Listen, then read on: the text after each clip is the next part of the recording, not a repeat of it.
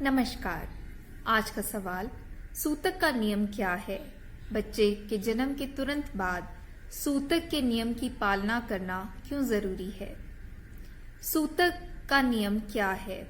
एक घर में बच्चे के जन्म लेने के तुरंत बाद सूतक का नियम लग जाता है। क्या है सूतक का नियम? सूतक का नियम यह है कि कुछ दिनों के लिए माँ, बच्चा और नवजात माँ और बच्चा जिस घर में हैं उस घर के लोग क्वारंटीन हो जाएं, यानी कुछ दिनों के लिए माँ, बच्चा और उस घर के लोग बाहर ना जाएं और बाहर वालों को माँ और बच्चे के कांटेक्ट में बिल्कुल भी ना आने दें। यदि सूतक के नियम का पूर्ण समझदारी के साथ पालन किया जाता है तो यह नियम माँ, बच्चे और आसपास के लोगों को असीम physical, mental and emotional, spiritual लाभ पहुंचाने की भरपूर संभावना रखता है। आइए अब सूतक के नियम के लाभों की बात कर लेते हैं। सबसे पहले फिजिकल लेवल पर, बच्चे के जन्म के दौरान स्त्री का शरीर काफी दर्द से गुजरता है, पेन से गुजरता है। स्त्री का पूरा शरीर ढीला हो जाता है, कमजोर हो जाता है। तो बच्चे के जन्म के तुरंत बाद कुछ दिनों तक स्त्री के शरीर को पर्याप्त आराम की जरूरत है ताकि वह फिजिकली हील हो सके, नेचुरली, स्पॉन्टेनियसली। इसी तरह से नवजात बच्चे का शरीर भी कमजोर होता है, नाजुक होता है। मां को, बच्चे को किसी भी तरह की कोई इन्फेक्शन ना हो, इसलिए सूतक के नियम के अनुसार इन दोनों को अलग रखा जाता है। किसी को इनको देखने नहीं दिया जाता, मिलने नहीं दिया जाता। No socialisation, no social contact, even दूर से भी नहीं देखना। अब सूतक के नियम की मेंटल और इमोशनल लेवल पर बात करते हैं कि क्या लाभ हैं इस नियम के मेंटल और इमोशनल लेवल पर। अब मेंटली और इमोशनली बच्चे के जन्म से पहले स्त्री काफी डरों से, चिंताओं से, मूड स्विंग से गुजर रही होती है।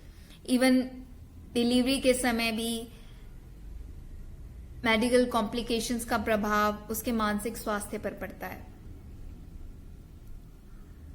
इसलिए बच्चे के जन्म के तुरंत बाद इवन कुछ दिनों तक बहुत जरूरी है कि मां के आसपास का जो माहौल है, एनवायरनमेंट है, असीम शांति से भरा हो, सिर्फ शांति हो, ताकि जो नेचुरल हीलिंग प्रोसेस है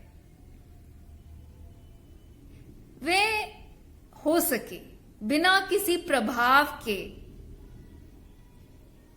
नेचुरली, स्पॉन्टेनियसली हो सके। अब अगर इस टाइम पे सोशलाइजेशन होगी, सोशल कांटेक्ट होंगे, इवन देखना भी, दूर से देखना भी सोशलाइजेशन है, सोशल कांटेक्ट है, इसका प्रभाव पड़ता है। शारीरिक स्वास्थ्य पर भी पड़ता है, मानसिक स्वास्थ्य पर भी पड़ता है। इसलिए सूतक का नियम यह कहता है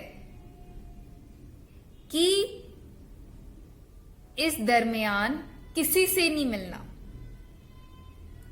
सोशलाइजेशन के लिए सारी उम्र पड़ी है, बाद में मिलते रहना, बाद में खुश कर लेना दादा दादी, नाना नानी,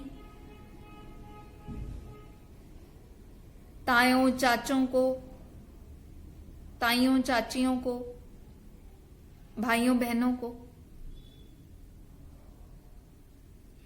यह समय अपने लिए, अपनी हीलिंग के लिए। देखिए, यहां सोचने की बात है कि कितने करुणामयी चित्त के रहे होंगे वह लोग जिन्होंने ऐसा नियम बनाया, और हम अपनी अज्ञानता में, बेहोशी में, एक्साइटमेंट में ऐसे नियमों को भूल जाते हैं, इनको बिल्कुल भी तज्जुब नहीं देते और अपनी अज्ञानता और बेहोशी में कितना बड़ा नुकसान कर लेते हैं। नवजात बच्चे और मां के लिए सबसे महत्वपूर्ण है सूतक के नियम का आध्यात्मिक लाभ। अब ये तो हमें ऊपर से जो दिख रहा है उस हिसाब से लगता है कि शरीर ने जन्म लिया, शरीर ने दिया, पर भारतीय वैदिक संस्कृति सत्य पर बहुत ज्यादा एम्फेसाइज करती है। जन्म मरण के मनन पर बहुत ज्यादा एम्फेसाइज करती है। इसलिए यह सूतक का नियम जन्म के समय तो लगता ही है, मरण के समय भी लगता है, क्योंकि एक बच्चे के शरीर में और एक लाश में फर्क है। कहीं चेतना है और कहीं चेतना नहीं है। तो शरीर के माध्यम से अनुभव कौन ले रहा है? चेतना। और जन्म चेतना के स्तर पर काफी महत्वपूर्ण घटना है। तो ऐसे समय में बहुत जरूरी है कि एक शांत माहौल मिले, एक ऐसा माहौल मिले जहां किसी भी तरह का कोई इन्फ्लुएंस ना हो, डायरेक्ट इन्फ्लुएंस ना पड़ सके, इनडायरेक्ट इन्फ्लुएंस ना पड़ सके, ताकि ये जो घड़ियां कुदरत ने बनाई हैं ये दोनों के सर्वोच्च हित में काम करें, बच्चे के भी और मां के भी। ये जो टाइम है ये बहुत इंपॉर्टेंट होता है स्पिरिचुअल हीलिंग के लिए भी, मेंटल इमोशनल हीलिंग के लिए, फिजिकल हीलिंग के लिए। और ये हीलिंग कंप्लीट तभी हो सकती है अगर मां, बच्चा और जो उनके आसपास लोग हैं उन पर किसी भी तरह का कोई इन्फ्लुएंस नहीं है। तो इसीलिए ये नियम बना। और जिन्होंने ये नियम बनाया वह समझते हैं कि इंसान अपने आप को एक सामाजिक प्राणी समझता है, अपने आप को सोशल एनिमल कहता है, तो सोशलाइजेशन के बिना रह नहीं सकता। तो कहीं पर ये सूतक का नियम 5 दिन के लिए लागू होता है, कहीं पर 7 दिन के लिए लागू होता है, कहीं पर 11 दिन के लिए लागू होता है, कहीं पर 21 दिन के लिए लागू होता है। तो उसके बाद सोशलाइजेशन के लिए आपको खुला छोड़ दिया जाता है। तो कोई ना कोई रीति रिवाज है कि भैया आप अपने रीति रिवाज निपटा लो और कर लो जो करना है। पर ये कुछ दिन अपने आप को दो। उम्मीद करती हूं कि आपको समझ में आया कि सूतक का नियम क्या है और इसके पीछे की असली समझ क्या है। नमस्कार। सूतक का नियम वीडियो पोस्ट होने के पश्चात एक सवाल आया है। सवाल कुछ इस तरह से है। एक महिला जो पिछले साल कोरोना के समय जिनकी डिलीवरी हुई, जो माँ बनी, वह कहती हैं कि मेरी डिलीवरी कोरोना काल के दौरान हुई, मेरे मायके में हुई। लास्ट मोमेंट पर डिलीवरी में कुछ कॉम्प्लिकेशंस आ गई जिनके कारण सिजेरियन हुआ। जैसे ही बच्चा पैदा होने की खबर मेरे ससुराल वालों तक पहुंची, तुरंत उनके सारे बड़े, बूढ़े, जवान, बच्चे बेबी को देखने के लिए मेरे मायके आ जाते हैं। मैं ये पूछना चाहती हूं कि सूतक का नियम चाहे किसी को पता है या नहीं पता, पर क्या यह एक कॉमन सेंस की बात नहीं है कि एक नवजात शिशु को और उसकी मां को और उनकी देखभाल करने वालों को कुछ दिनों के लिए एकांत और शांतिपूर्ण वातावरण प्रदान किया जाए? कृपया बताएं। इस सवाल का जवाब खोजने के लिए हमें सबसे पहले यह समझना होगा कि नवजात शिशु को और उसकी मां को शिशु के जन्म के तुरंत बाद लगभग 11 दिन तक या 21 दिन तक या 45 दिन तक पूर्ण एकांत, पूर्ण शांतपूर्ण माहौल क्यों मिलना चाहिए? देखिए, ये तो ऊपर से लग रहा है ना कि शरीर ने जन्म लिया, शरीर ने शरीर को जन्म दिया, पर एक मृत शरीर भी होता है। वह भी शरीर ही है, मृत शरीर भी शरीर ही है, पर वह मृत शरीर हिलडुल नहीं सकता, बोल नहीं सकता, बल्कि उसमें सड़न शुरू हो जाती है, उससे बदबू आने लग जाती है, उसकी डिसइंटीग्रेशन शुरू हो जाती है। पर एक जिंदा शरीर कैसे हिलडुल रहा है, कैसे उसमें चेंजेस आ रहे हैं, कैसे जो खाना खाया जा रहा है वह खाना डाइजेस्ट हो रहा है, एसिमिलेट हो रहा है और एक्सक्रीट भी हो रहा है, ये सब कैसे हो रहा है, कौन कर रहा है? शरीर के माध्यम से कौन अनुभव ले रहा है? शरीर के माध्यम से चेतना अनुभव ले रही है। चेतना के स्तर पर जन्म एक बहुत बड़ी घटना है और शिशु और मां के लिए बहुत बड़ी घटना है, क्योंकि उस वक्त बड़े जबरदस्त चेंजेस, बदलाव आ रहे होते हैं। शिशु एक सिक्योर एनवायरनमेंट से, प्रोटेक्टेड एनवायरनमेंट से, गर्भ से बाहर आया है, उसकी अम्बिकल कॉर्ड काट दी जाती है। पहले सब कुछ सहज अपने आप मिल रहा था, अब बॉडी को कुछ भी चाहिए तो रिस्पॉन्ड करना पड़ेगा। और वहीं जो शरीर मां का अनुभव ले रहा है, वहां पे भी बड़े चेंजेस आए हैं।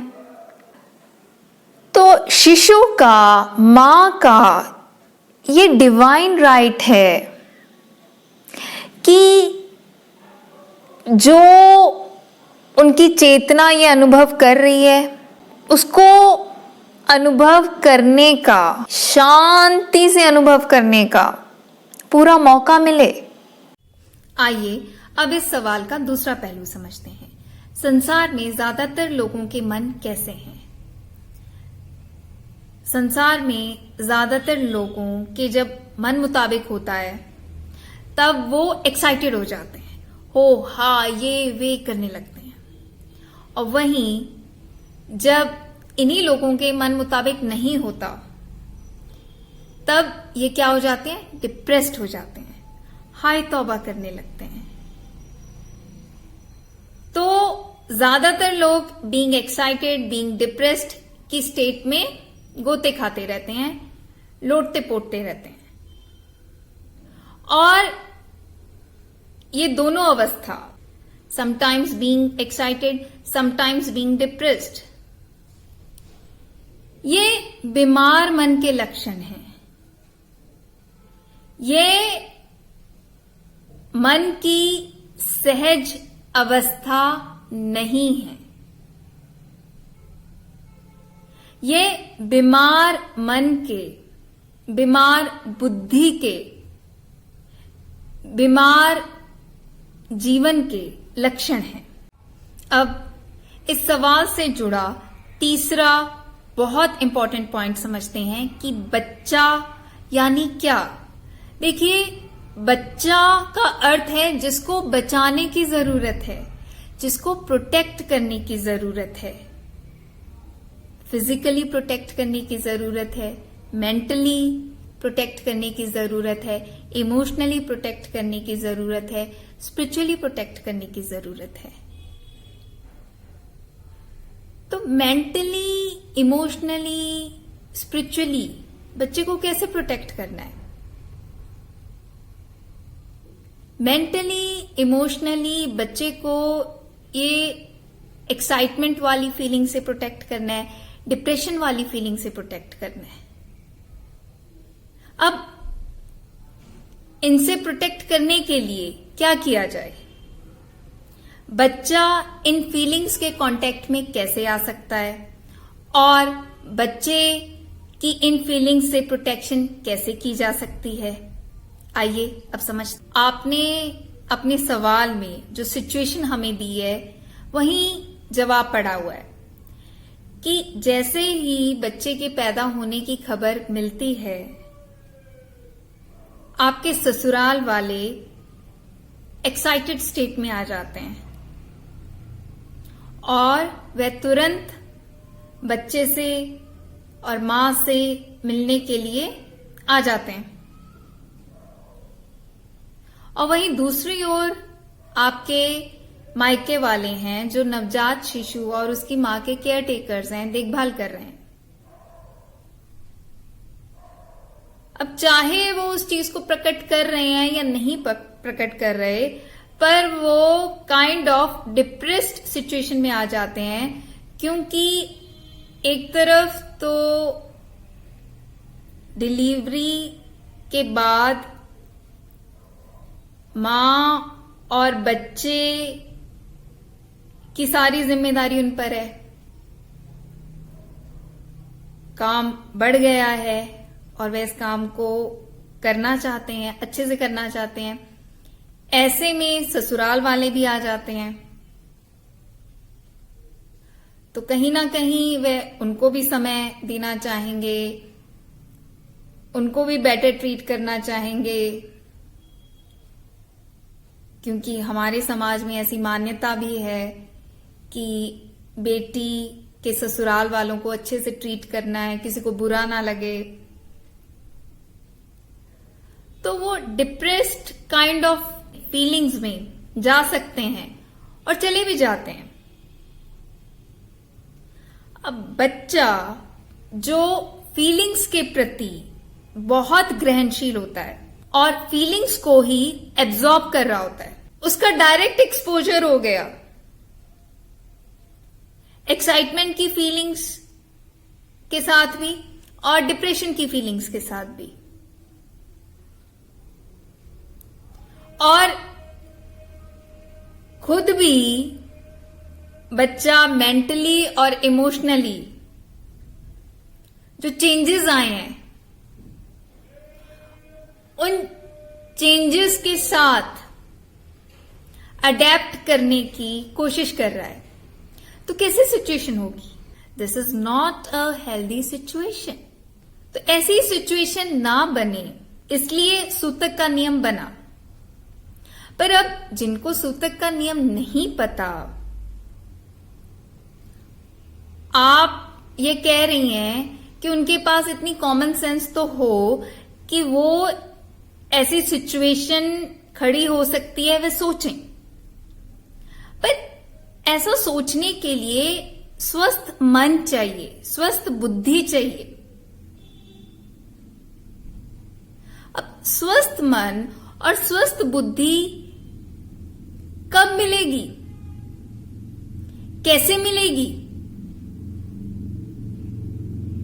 इसके लिए जीवन को सत्य का आधार देना पड़ता है। इसके लिए जीवन का उद्देश्य देना पड़ता है। इसके लिए जीवन की सच्चाई को जानना होता है। और यह काम जितनी जल्दी शुरू हो उतना बढ़िया, उतने बढ़िया डिसीजंस लिए जा सकते हैं अपने भले के लिए, दूसरों के भले के लिए। अब एक्साइटेड स्टेट में तो ऐसे ही डिसीजन लिए जा सकते हैं ना, हो हा चलो। Excited state is not healthy state. Excited state में सच्चा प्रेम प्रकट नहीं होता, करुणा प्रकट नहीं होती। सच्चा प्रेम करुणा कैसे मन में प्रकट होती है? जिसके पास सत्य का आधार है। जिस मन के पास सत्य का आधार होता है, जिस चित्त के पास सत्य का आधार होता है, वहां शांत अवस्था होती है। अब शांत अवस्था से, शांति से क्या मतलब है कि नो एक्साइटमेंट, नो डिप्रेशन। जैसा है सो है, कोई शिकायत नहीं है। लाइफ अगर चैलेंजेस दे रही है तो उन चैलेंजेस को खुशी खुशी फेस किया जा रहा है।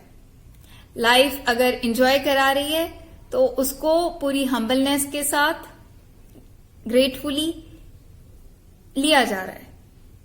अब जहां सच्चाई होगी वहीं हम सोच पाएंगे कि अगर हम इतने सारे लोग किसी के घर ऐसे एकदम से चले जाते हैं, उसका क्या असर हो सकता है उस घर के माहौल पर, उस घर के लोगों पर, मां पर और बच्चे पर। तो बात घूम फिर कर यहीं आती है कि हमें अपने मन को सत्य का आधार देना है। जब मन को सत्य का आधार मिलता है तभी मन स्वस्थ हो पाता है, तभी पूर्ण मानसिक स्वास्थ्य एंजॉय कर पाता है।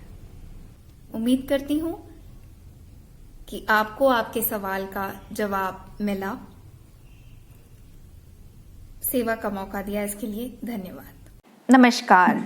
सूतक का नियम वीडियो पोस्ट होने के बाद हमारे पास बड़े प्रश्न आए और उन प्रश्नों में से एक प्रश्न ऐसा है जो बहुत सारे लोगों ने पूछा और वह प्रश्न है, अगर हमारी नज़दीकी रिश्तेदारी में कहीं पर कोई बच्चा पैदा होता है और बच्चे के पैदा होने पर अगर हम तुरंत के तुरंत नहीं जाते तो हम पर यह आरोप लगेगा कि आपको बच्चा पैदा होने की कोई खुशी नहीं हुई, आप जलते हैं।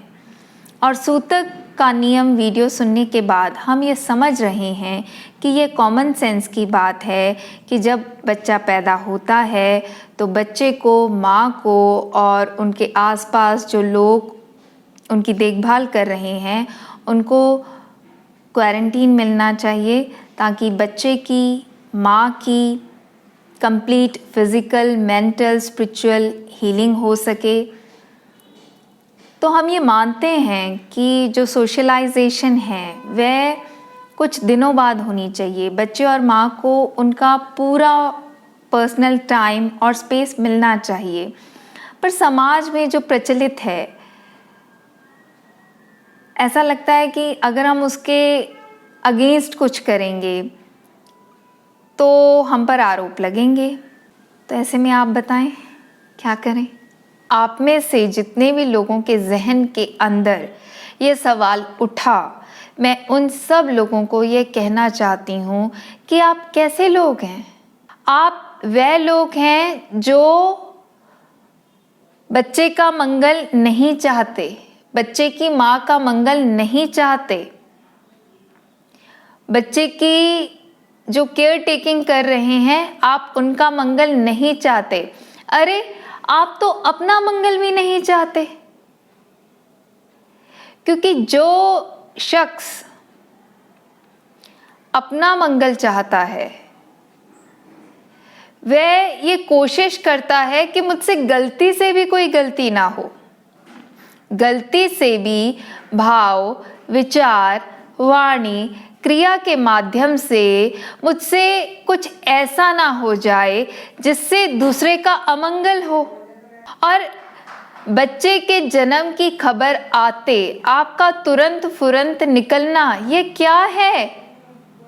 आप यहाँ बच्चे का मंगल नहीं सोच रहे, बच्चे की माँ का, बच्चे के आसपास उस समय जो देखभाल कर रहे हैं आप उनका मंगल नहीं सोच रहे। आपको सिर्फ परवाह है किसकी? अपनी झूठी इमेज की, अपने डर की कि लोग क्या कहेंगे। अगर इस समय मैं नहीं पहुंचा तो क्या होगा? मेरी इमेज का क्या होगा? मेरे बारे में लोग क्या सोचेंगे? आपको इसकी ज्यादा परवाह है। और आपका ये डर आपको कैसे भी नचा सकता है, आपको जालिम से जालिम बना सकता है। ये कॉमन सेंस की ही बात है कि जब कोई शिशु पैदा होता है शिशु को, माँ को, उस समय उनके आसपास जो लोग उनका पूरी तरह से देखभाल कर रहे हैं, उनके आसपास मौजूद हैं, उनको कंप्लीट क्वारंटीन मिलना चाहिए। उनको पूरी तरह से एकांत मिलना चाहिए, उनको पूरी तरह से शांत माहौल मिलना चाहिए, ताकि बच्चे की, माँ की कंप्लीट हीलिंग हो सके, complete physical, mental, spiritual healing हो सके। बच्चा जब पैदा हुआ है, आप समझ सकते हैं उस टाइम उसकी चेतना की कैसी हालत होगी, कितने तूफान, आंधियां, ज्वार भाटे चल रहे होंगे। तो ऐसे में जब चेतना इतनी तड़प रही है, इतना मेजर चेंजेस आ रहे हैं, तो ऐसे में चेतना को शांत अवस्था मिलनी चाहिए, क्योंकि यह एक ऐसा समय है जो कुदरत द्वारा बख्शा गया है। और इस टाइम पर जो भी साइकिक इंप्रेशन पड़ जाता है, उसका ताउम्र प्रभाव रहता है। अगर बच्चा बोल नहीं सकता तो इसका ये अर्थ थोड़ी ना है कि वह ग्रहणशील नहीं है, वह तो सबसे ज़्यादा ग्रहणशील है। और वहीं जो माँ बनी है, वहाँ पर भी चेतना को पूरे एकांत की, शांति की ज़रूरत है, क्योंकि बड़े चेंजेस हो रहे हैं, लगातार हो रहे हैं, शारीरिक स्तर पर, मानसिक स्तर पर, आध्यात्मिक स्तर पर। ऐसे में जो वाकई में समझदार है, जिसके चित्त में करुणा है, सच्चा प्रेम है, वह वाकई में माँ का, बच्चे का ऊंचे से ऊंचा मंगल चाहेगा। और जिन घड़ियों में उनका ऊंचे से ऊंचा मंगल हो सकता है, वह उन घड़ियों में उनको डिस्टर्ब करने नहीं पहुंच जाएगा। देखिए, यहाँ समझने वाली बात यह है कि कितने समझदार रहे होंगे वह लोग जिन्होंने सूतक का नियम बनाया, कितने करुणामयी चित्त के होंगे, कितने शांतमयी चित्त के होंगे, उनका हृदय सच्चे प्रेम से भरा होगा। तभी उन्होंने ऐसा नियम बनाया ताकि गलती से भी कोई गलती ना हो, ताकि कुदरत ने ये जो घड़ियां बख्शी हैं, इन घड़ियों का सर्वोच्च लाभ लिया जा सके। बात समझने वाली यह है कि गलत तरह के रीति रिवाज, गलत तरह के कर्म कांड कब हमारे समाज में आ जाते हैं और हमारे जीवन में आ जाते हैं, कब हम ऐसी हरकतें करने लगते हैं। बात समझने वाली यह है कि अगर लोग समय समय पर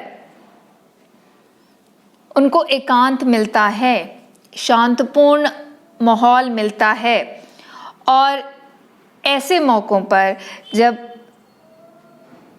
कहीं जन्म हो रहा है या कहीं मरण हो रहा है, यानी कहीं कोई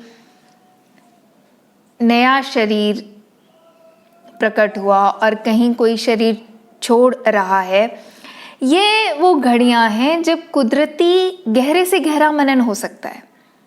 ये वे घड़ियां हैं जो आसपास के लोगों की उच्चतम संभावना खोल सकती हैं, अगर इन लम्हों पर गहरा मनन हो जाए। और जब किसी की उच्चतम संभावना खुलती है, तो उच्चतम संभावना से क्या अर्थ है? उच्चतम संभावना से अर्थ है कि अब मन जो है ऐसा है, पूरी तरह से अनुशासित मन है, अब मन पे पूरा कंट्रोल है। अब ऐसा मन नहीं है कि जो कभी एक्साइटेड होता है तो कभी डिप्रेस्ड होता है। अब ऐसा मन है जिसके पास सच का आधार है, और जिस मन के पास सच का आधार आ जाता है वह पूरी तरह से निडर हो जाता है, निर्भय हो जाता है, निर्वैर हो जाता है।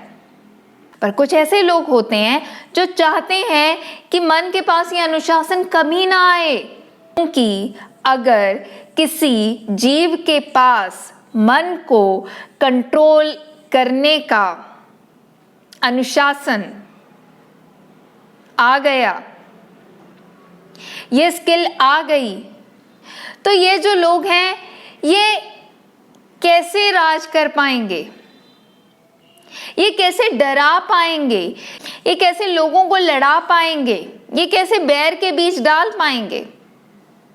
तो इसलिए ऐसी ताकतों की पूरी कोशिश रहती है कि जो भी सत्य के आधार पर समाज में नियम हैं वह नहीं चलने चाहिए, और उनको लेकर जो सही समझ है वह आगे की भावी पीढ़ियों को नहीं जानी चाहिए।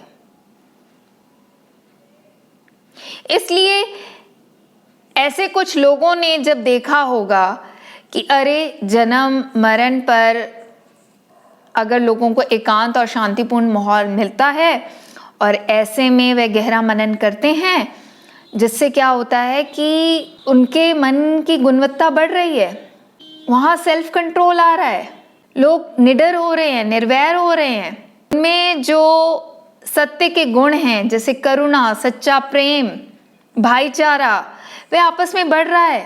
तो ये नहीं बढ़ना चाहिए, तो क्या करें? तो ये एकांत नहीं मिलना चाहिए। जब भी किसी का जन्म हो रहा है एकांत नहीं मिलना चाहिए, तो क्या किया जाए? तो तभी सोशलाइजेशन स्टार्ट करो, और इसी तरह से जब कोई मरता है तभी एकदम से सोशलाइजेशन स्टार्ट करो। वो शांति की घड़ियां दो ही ना, वो एकांत की घड़ियां दो ही ना। एकांत मिलेगा तो मनन होगा, और इस तरह से क्या होता है कि धीरे धीरे जब सत्य की समझ आगे दी नहीं जाती और आसपास कोई उस समझ को व्यवहार में नहीं ला रहा, तो इस तरह के जो सत्य के आधार पर नियम आते हैं ये ख़त्म हो जाते हैं, और फिर कभी सत्य की क्रांति उठती है, सत्य उठना चाहता है, सत्य प्रकट होना चाहता है, सत्य प्रकट होता है। लोगों को बात तो समझ में आती है, पर अब उनको लगता है कि ये समाज में चल क्या रहा है, अब क्या किया जाए, क्या किया जाए, जो सही है वह किया जाए। अब ये आप अपनी कॉन्शियंस से पूछिए, आप चाहते क्या हैं?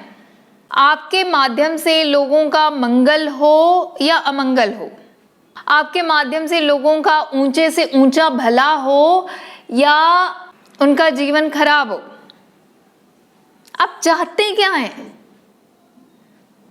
आप अपने लिए, दूसरों के लिए कैसे निमित्त बनना चाहते हैं? आप कैसे जिंदगी जी के जाना चाहते हैं?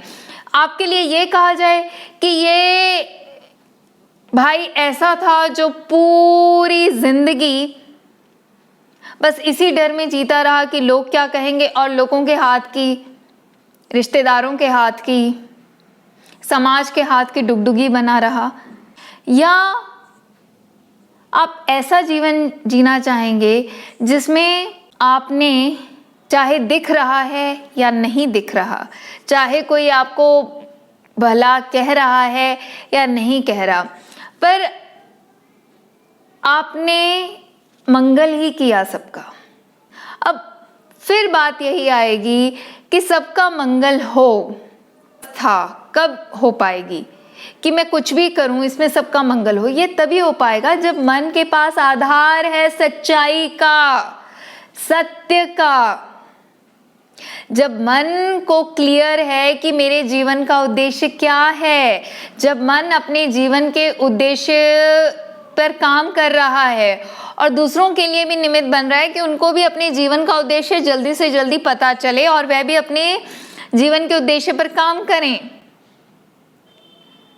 जब काम किया जा रहा है अपनी चेतना के स्तर को ऊंचा उठाने के लिए, और ऐसे ही काम किए जा रहे हैं जिसके माध्यम से दूसरों की भी चेतना का स्तर ऊंचा उठे। अब ये डिसीजन तो आपका है। अब आप कैसा डिसीजन लेते हैं, आप कैसा जीवन जीना चाहते हैं, आप दूसरों के लिए कैसे निमित्त बनना चाहते हैं, ये तो आप पे डिपेंड करता है। धन्यवाद।